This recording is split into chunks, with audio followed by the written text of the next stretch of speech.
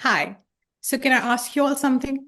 When was the last time someone asked you, not how your children are doing, not how your work is going, or how's the house doing, but asking you how you are, the woman, the person who existed before all of that you created, the family, the work, the ecosystem? Well, if that question stopped you for a second, this conversation is for you. Welcome to the Moms HQ. I'm Sakshi Pradhan, co-founder of Thrive HQ and head of Moms HQ, and a mother, just like most of you watching. And today we are opening something new, a series called Mom and. Because every mother is also just not a mother, but someone more, something before the title and something beyond it. This is a space where we sit with extraordinary women who are obviously mothers, but we just don't stop there. We explore their journey beyond that role, beyond what they carry, beyond what the world sees them when it looks at them. Because motherhood, though significant enough, is one facet of who a woman is. And we believe all of her deserves to be seen. This episode of our Mom and series is called Rooted and Rising, the Woman Behind the Community. My guest today is someone who, at some point, felt something was missing, not just for herself, but for every mother around her. And instead of waiting for someone else to fill the gap, she built something not only from a business plan, but from the felt need, from her lived experience, and honestly, from love. What I find most remarkable about her is just not the platform she founded, but also the courage she had in her to say, I see you, to thousands of women she never even met, but yet decided to be their voice in uplifting them holistically. Mera Horani, welcome. It's a pleasure to have you here. This space is yours, and I would love if you could introduce yourself in your own words, not the founder, not your platform, not the mother, but just you in your own words. Thank you so much. Really, what an introduction. I feel very humbled. I would like to introduce myself whenever someone asks me, apart from all the titles, I would say a giver. This is something that defines me a lot. And since my college days, even actually my childhood, I'm someone who cares about people around me. I give a lot from my heart. And this has also resulted in some voluntary work for 2 decades almost. And then this shaped a lot of the experience that I had with starting Ummahat and being a mother also. This feeling is like more nurtured. So this is how I identify myself, and maybe the conversation will take us forward to more adjectives, Of if I may course. say. Okay, let me just break it down for you. Who do you think, or what do you think has shaped the person you are today? It can be a person, it can be a memory, it can be maybe, an instance that happened in your life, a phase in your life. Who do you think, or what do you think has shaped the person you are today? Speaking of voluntary work, really, I think it has shaped me a lot because when I looked at my entrepreneurship journey, I couldn't fit in with the very much materialistic word. I mean, I built a business, and the main thing that was driving me was just to make an impact and help people. And then when you go and pitch for investors and say, yeah, your numbers are not very impressive, but the impact that I have created is really impressive, and I think it's really worth looking at. So only then I realized that maybe I don't fit in that yeah, in that Square. square, let's call it, yes.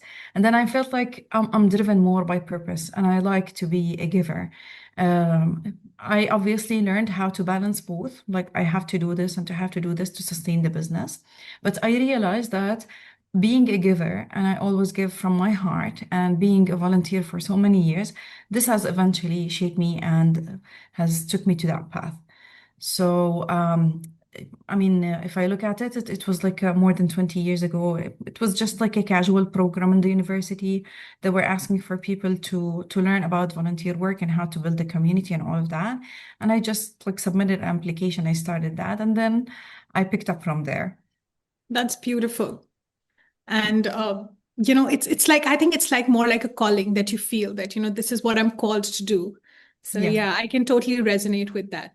Okay, Yeah. so now I'm going to ask you something a little more fun because, I think that people probably have a very specific picture of you in their heads of the kind of person you are. As per you, what is something that people assume about you that is not true?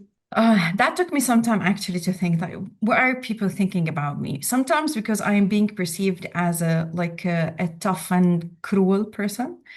Because I'm very strict, like I'm very strict and I'm very driven by the rules and a little bit of perfectionism as well. So I like to have things like get done. I respect timelines a lot and all of that. So working with me is not easy. So sometimes people feel like you're so tough. But with years and with experience and with coaching and all of that, I tried also and learned how to be like more compassionate with people. And it's okay to make mistakes and fall short sometimes.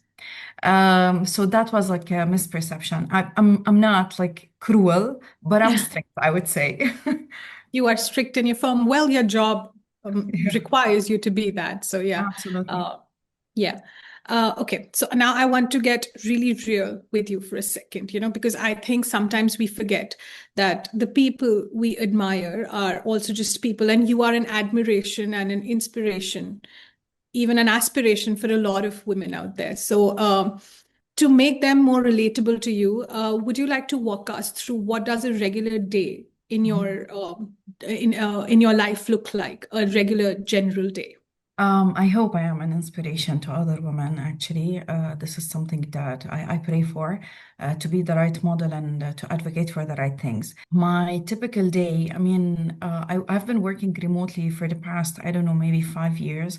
So the routine sometimes shifts, but it's mainly like I wake up early around 6:30. I get my kids ready, I drop them off to school. And then I tidy up a little bit the house, a little bit of laundry here and cleaning there. I get the lunch ready early from the start so that I can finish my work with full focus.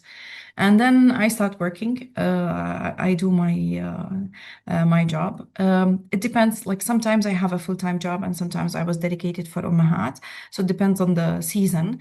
But whenever I had a full-time job, I finished. My kids come from school. I have lunch with them, and then I go back again to work. I finish around 5, 6, and then we have some quality time with each other. We either we have a walk, or we go out, or we watch something on the TV, or we play something. We read story, dinner, and bedtime. After that, I work again. Sometimes after they sleep, I finish the missing pieces from work. I would respond to a few emails, and I sleep early because if I don't sleep early, I will become like a momzilla, and I will turn into someone not very pleasant to deal with. So I take care of my sleep. I usually sleep around 10 p.m. This is my usual routine. On the weekend, it will be more like the fun things, visiting the family, going out with friends, and even cooking the more delicious meals as well. Amazing. So, tell us something about your kids. How old are they? How many of them do you have? I have How two is it kids, being around Yusuf them? and Okay. Talia. Okay. Talia, she's 11, and Yusuf, he's 9. They're very close by age, which makes it very competitive all the time between them. And yeah. Well, close in age really does. I mean, yeah, a lot of people must be thinking that if they're close in age, they fight more and it's very competitive. But honestly speaking, my kids are 6 years apart and the situation is still the same. They Really? fight. They fight. I mean, they're 6 years apart. So my son is just 2 and my daughter is 8. Mm. And oh my God, the kind of fights we have in our home. So Oh. I think it's just a sibling thing, it's crazy.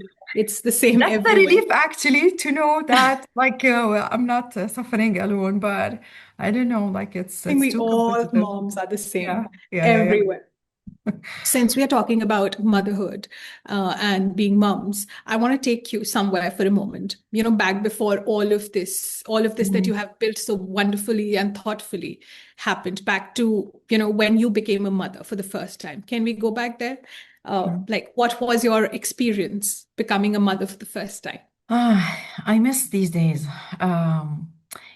Like the thing with motherhood is that Like you love it so much. And even if you have a break from your kids for, I don't know, half a day, you miss them.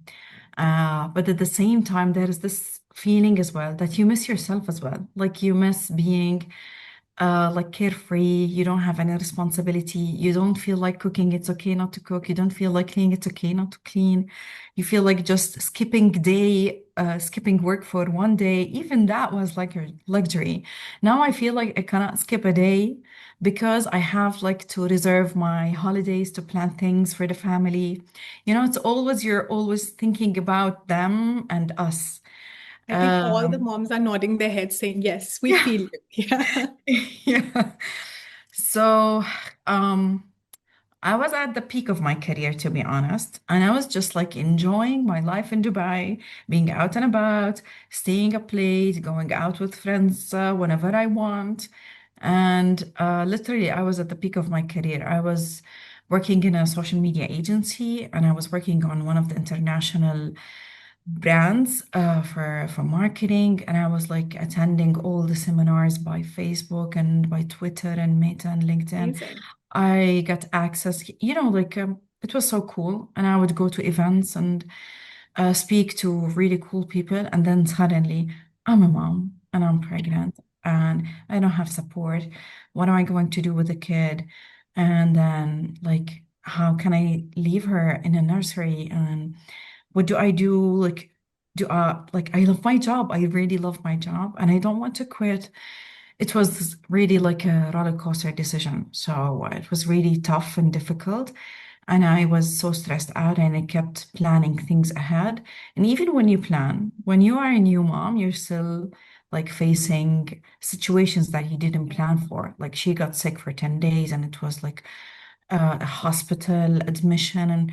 And after that, I just couldn't. I survived around, she was 7 months old. After that, I couldn't. I couldn't. It was like a torture. I said I will quit and will work remotely. And when I quit, it was an instant decision. I was having dinner with the family. My mom was visiting to help me with my daughter, and I just couldn't handle the stress. And I opened the laptop and I sent an email. I said, I'm not resuming this. My boss, she was so upset I'm because she sure. felt like she was supporting me and giving me some flexible work, but the burnout and the guilt feeling, and then she's sick and I'm unable to take care of her and I'm unable to sleep and I'm unable, and then I have to drive like every day around 3 hours in traffic in Dubai. That was too much to handle. And the mom guilt that keeps on coming with it, even when you're at work, you're missing your children. And yeah, Mhm. it's a loop. It's a Yes, never-ending yes, loop. yes, yes, Yeah. yes, yes, absolutely. So I was very, very prepared when I was to become a mom, though again, just like you, I had a very flourishing career in fashion and I was at the peak of my career as well. And Mhm. motherhood happened with a bang, took me totally out of surprise. And I could totally resonate. I'm sure a lot of the mums watching can totally resonate to what you're saying because, no matter how prepared you feel that you are, how much literature or books or apps Yes, you study, till the time it happens to you, yes. it's difficult. It's difficult for anybody else to understand what you're going through. Like you said, like your boss was thinking that she is supporting you in whatever way she is, but the struggles and the exhaustion that a mom goes through, Yeah. the mental load is something that is very, very personal to her own Yes, self. yes, And, yes, yes. I think a lot of women are going through that. And even people around her, when they feel that, that they're supporting her in some way, she still is exhausted. Mm, So yeah, yeah. amazing. This is something that there's something that, when we all become mothers, nobody really prepares us for. And I think this is what it is. I'll just ask you a straight square question. Was there a version of yourself you felt that you had to let go of when you became a mother? And did you ever achieve that version back again? I will tell you, like I have let go of things that I'm happy I've let go, and I don't want them back. One of the things that I keep talking about is that I stopped being a perfectionist, and it took me around 4 years of therapy, CBT therapy, and working with life coaches to overcome this. I was like a perfectionist, and this is what led me actually to burnout. Because when you're a perfectionist, you cannot accept yourself when you are like making mistakes and you're falling short and all of that. I felt like I'm not doing like really well at work, and I'm making sometimes mistakes because I'm tired, and at home I'm not fully present with my daughter all the time. So when I let go the perfection, I now I look at myself as a good mom, and I look at myself with compassion, and I accept my mistakes. And whenever like I'm not doing enough for my kids, I would apologize. I would tell them today was not the perfect day that I would like to have it, but tomorrow is a new day, and we can try again. So definitely not missing this part of myself, and I feel like way more at ease now that I accept my mistakes and I handle myself. And even when I do mistakes at work, I would admit it to my boss that I'm sorry, I will fix it, I will get it done. I became a better leader as well when I dropped out the perfection. Thank you so much for saying all of this. You know why? Because every single woman, mostly every single mother, is going through something what you mentioned, and not a lot of it is even talked about. Mm. Forget talking to people. There are conversations that mothers are not even having with themselves because it just increases their guilt, that how can I be that person, how am I not able to handle. So when we see women like yourself, women who are an inspiration, who are achievers, who are impact makers, say the same things, that they also went through the entire trajectory of, you know um, being a mom and what it entails and how it shifted them, their perspective towards life, it really helps them open up about it, feel normal Yeah. about themselves, and maybe seek therapy just like you did, because sometimes a lot of women don't do that as well. So Yeah, thank you for so openly saying out this, and absolutely. it's really heart touching. Yeah. Thank you so much. Actually, I mean, I was very ashamed to talk about therapy and me seeking help because it's associated with you being wrong. And Yeah. I was like, it's just like I'm not, I feel like I can enjoy life better. That's it. I don't Yeah. know what was the reason. When I started therapy, I really wasn't sure what was happening with me. And then with years, I realized that the problem was just it's a behavior. It's a behavior that I accepted from the environment that I was brought in. And then I can change it, and I changed it. So no taboo, nothing wrong with us. And I would really, really encourage working with CBT therapist. Life coaches can help you, but it can be triggering sometimes. But knowing the reason behind your feelings and your behaviors really requires a CBT therapist. I agree 100%. So, Mira, when you started all of these things for yourself, when you started to see a change in yourself, when you started seeing the shift in yourself, what did people closest to you, closest around you, think of it? Did they notice the change instantly, or it took some time? Because I feel that we women, we get lost in the background somewhere with our duties and our Yeah, motherhood. So people absolutely. really don't notice that we are going through someone, or we have improved or deteriorated. So when that shift started happening, what did they think? People wouldn't like it, especially the closest one to you.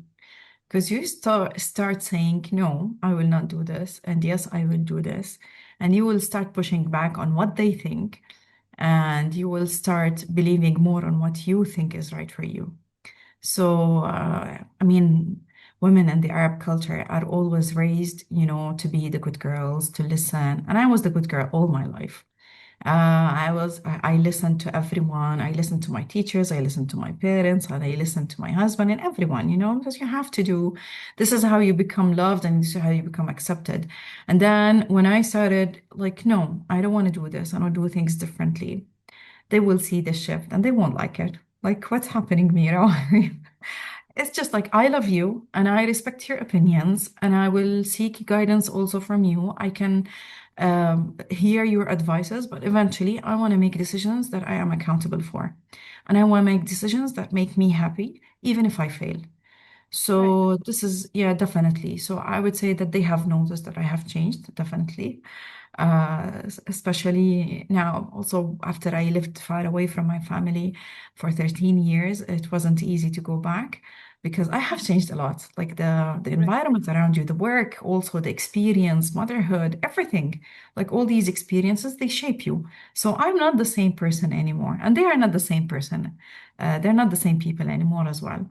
So this takes time until you rebuild again the communication and you accept them with their new identity and thoughts, and you accept the fact that it's okay to be different, but we still love each other. This is, I think, what a lot of us need to hear because the same like Arab culture, the culture that I come from, India, it's the same definition.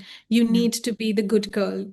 There Yeah. are these benchmarks set for you to be acceptable, for you to be presentable, and for you to be in people's eyes as the achiever. And the definition of women's achievements is very different in comparison to what they would expect for a man too. So Yeah. yeah, I do understand that. At what time, Mira, did in your mind did you start laying seeds for what you have what you've built today with the Ummahat? Like at what time was it that you started thinking about that shift?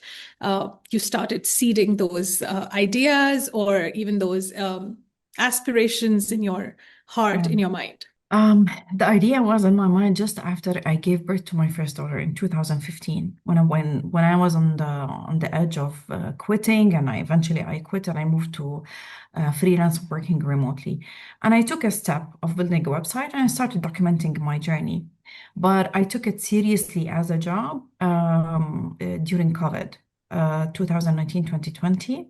I felt like the mental health peak, like it peaked. خلاص, Yeah. I felt like I no longer can take this, and I will not again quit and regret it and start again from scratch. Mira, you have to be very mindful about this. And I started looking for solutions. And then I started like researching coaches and mental health experts and how can I find them. And I said, okay, I have the platform and I have the experience, and I've built, because I worked also mainly most of my career in tech startups. So I Right. have the experience and I've seen some results with some of the startups that I worked for.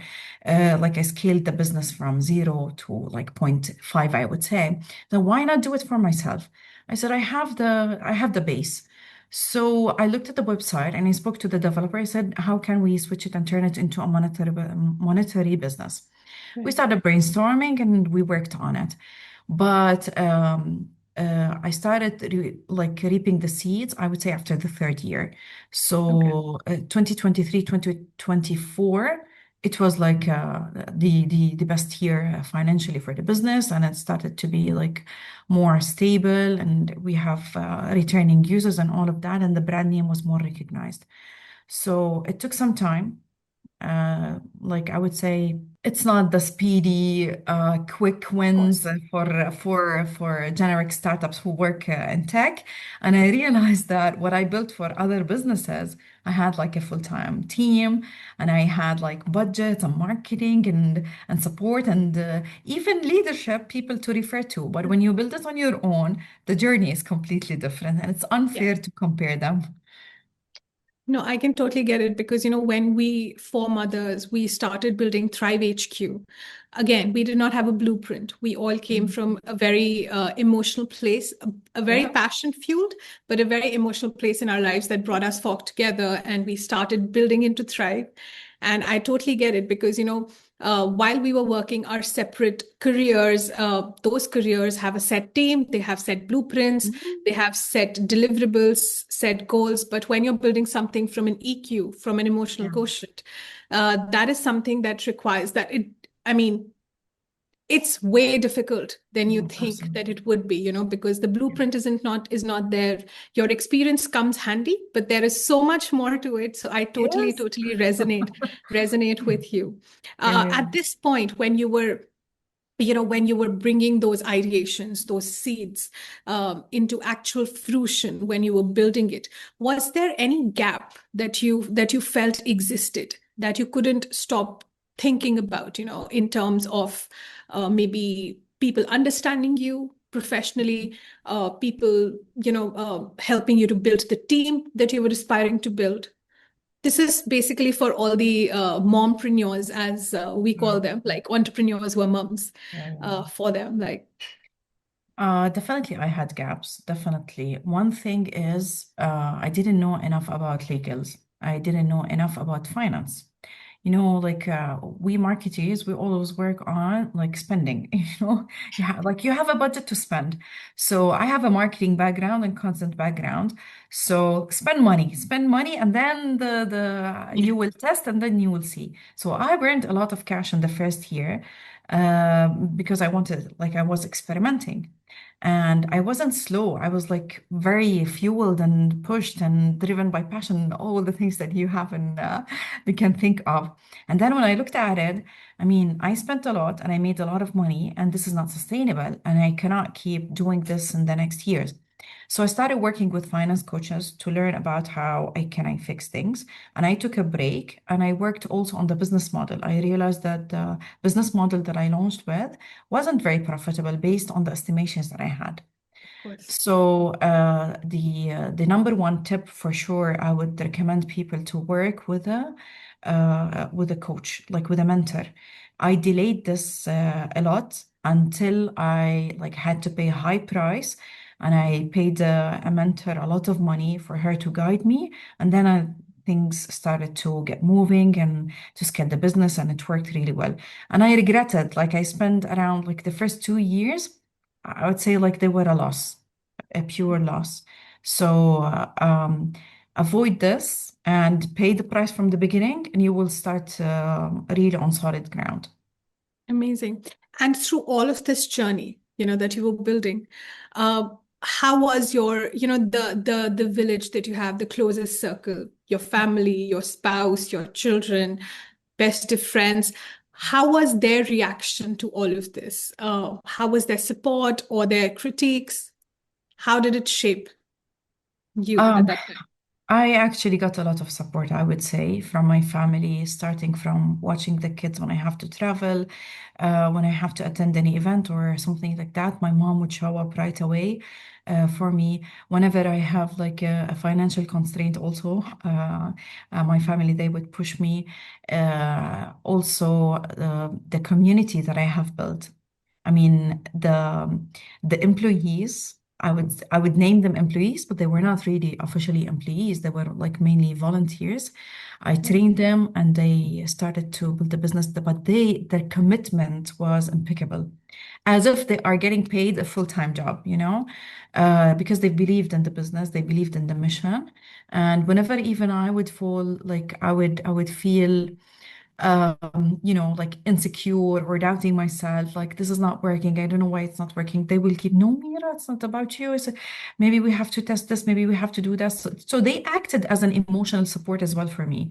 Which So is this important. Yeah. team, yeah, I mean, I owe them a lot. I owe them a lot. Without them, I wouldn't have managed to reach this phase where I am today. Yeah, and that is the kind of support, a home to go back to who still puts you together on Mm. your 2 feet and goes like, it's okay. However the day was today, you're going to do better tomorrow. Yes, And you're yes. there for a reason. Yeah, that is so important. Uh, Having said that, Mira, when you were building what you were building, I'm sure it did take and it is taking a lot of grit and a passion and your passion and your time.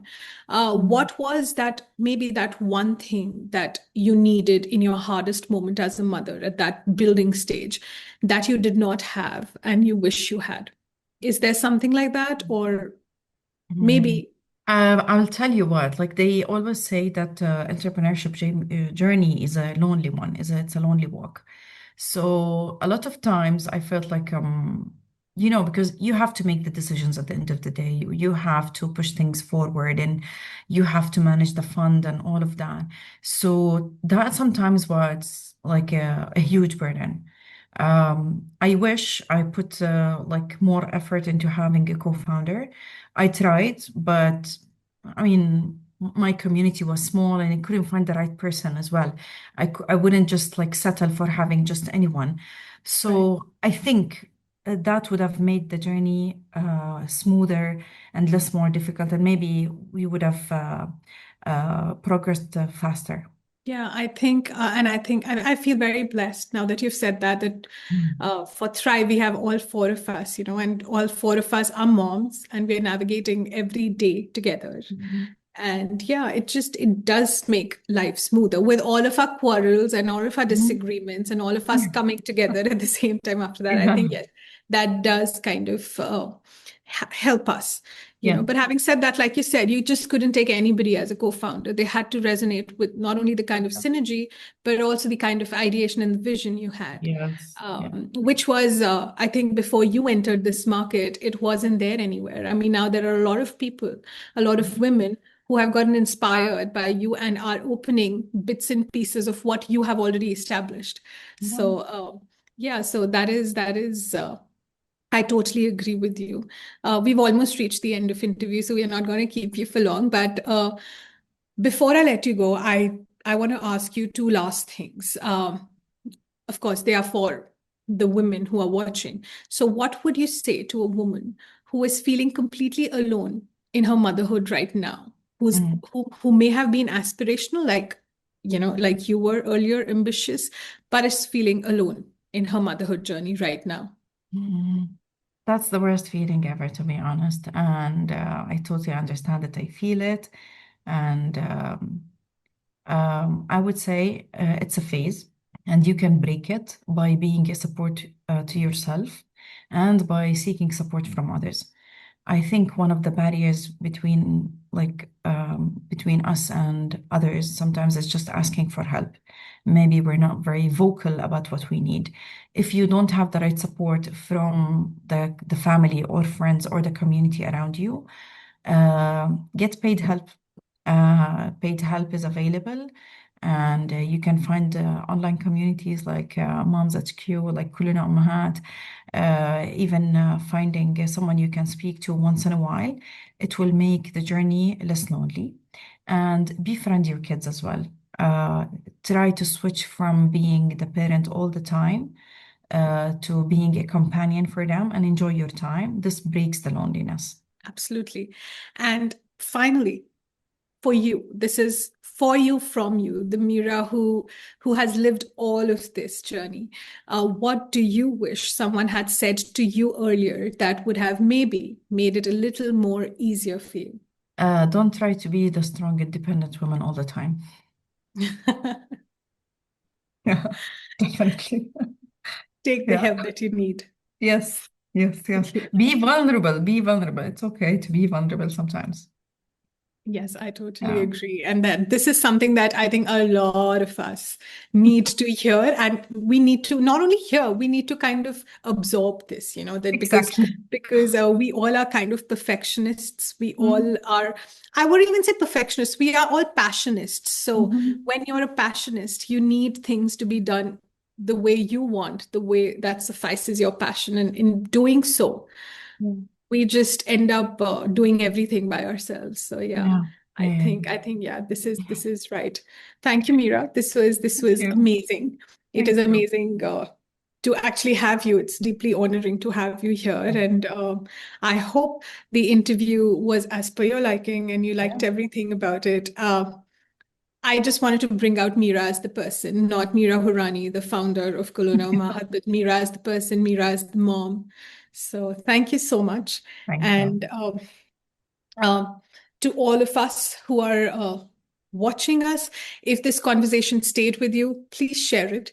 There is a woman, there is a mother somewhere who needs to hear it.